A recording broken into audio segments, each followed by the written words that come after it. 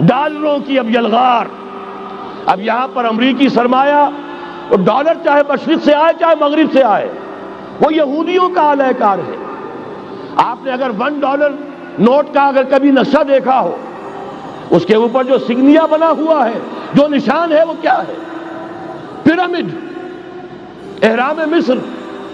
یہ کن کے لیے اہمیت رکھتے ہیں؟ ہزارہا یہودیوں کا خون اور ان کی ہڈیاں ان پیرامڈز کے تلے دبی ہوئی. جب یہ احرام بنائے گئے تھے، یہ یہودی وہاں غلامی کے دور میں تھے، بیگار ان سے لی جا رہی تھی. بڑے بڑے پتھر جب گرتے تھے تو پسنے والے یہودی ہوتے تھے.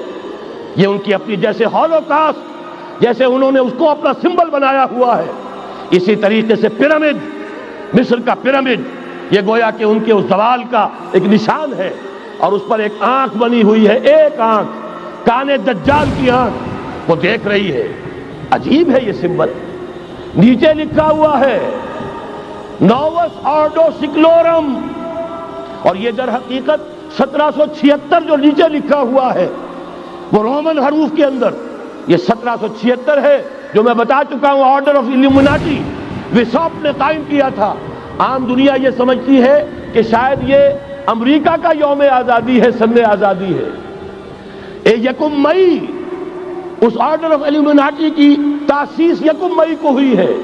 یہ 1 مئی جو منایا جاتا ہے، دھوکہ یہ دیا گیا ہے کہ یہ شکاگو کے جو مزدور ہیں ان کی یادگار ہے. حقیقت میں یہ 1 مئی اور 1776 آرڈر آف دی الومناٹی کی تاسیس کی تاریخ ہے. ڈالر میرے اس دیش کو ناپاک نہ کرنا.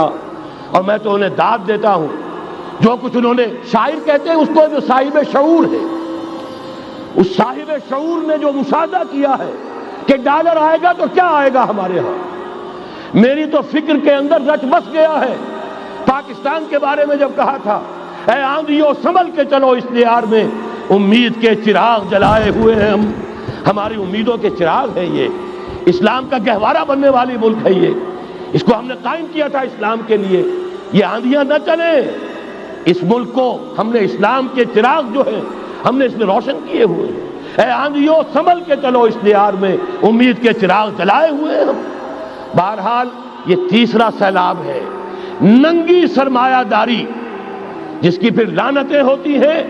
ایک طرف فقر، ایک طرف احتیاج، ایک طرف بھوک، ایک طرف دولت کے انبار. پہلے بھی ہمارے ہاں فرق کم نہیں ہے، لیکن اب جو ہوگا، اگر یہ بات پوری ہو گئی تو وہ ننگی سرمایہ داری. اور سرمایہ داری ہی در حقیقت یہود کا سب سے بڑا ہتھ کنڈا ہے. یہ بینکنگ کا نظام، یہ سارا کا سارا سودی نظام، یہ IMF، یہ ورلڈ بینک، یہی تو ان کے سب سے بڑے ادارے ہیں. تو واقعہ یہ ہے کہ 3 طرف سے ہم پر حملہ ہو رہا ہے. اور یہ سود کے بارے میں کیا کہا تھا اقبال نے؟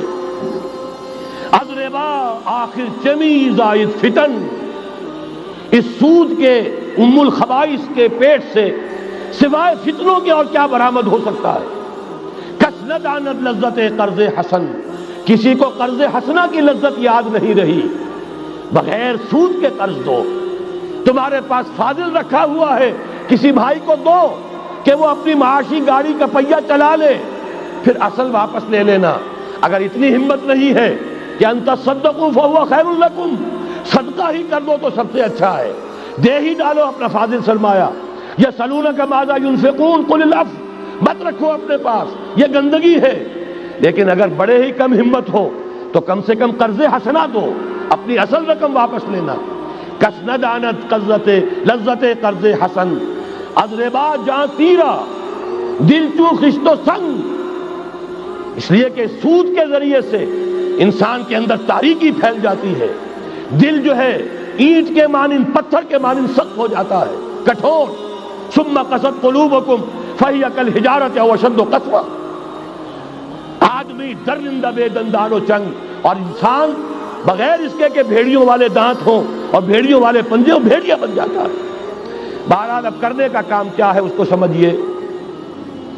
اس پوری صورتحال کا میں نے آپ کے سامنے نقشہ پیش کر دیا.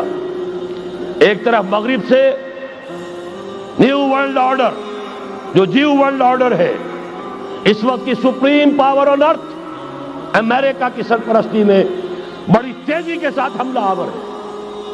دوسری طرف وَمَكَرُوا وَمَكَرَ اللَّهُ وَاللَّهُ خَيْرُ الْمَاكِرِينَ۔ اللہ کو پامردی مومن پہ بھروسہ، ابلیس کو یورپ کی مشینوں کا سہارا۔